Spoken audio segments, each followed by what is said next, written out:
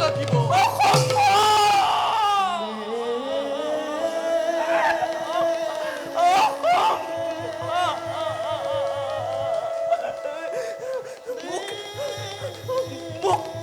মোক পৰিত্যাগ নকৰিব।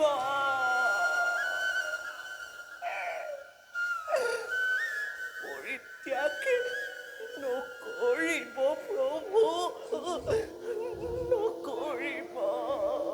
গৰ্বিতা নাৰী, অলক্ষ্মী, গৰ্বিতা নাৰীৰ আজি উপযুক্ত শাস্তি হৈছে। লক্ষ্মী, তুমি যদি তোমাৰ সতীত্ব ৰক্ষা কৰিব বিচাৰা আৰু তুমি যদি এই জগতৰ মাতৃ হৈ থাকিব বিচাৰা, বিচাৰো প্ৰভু।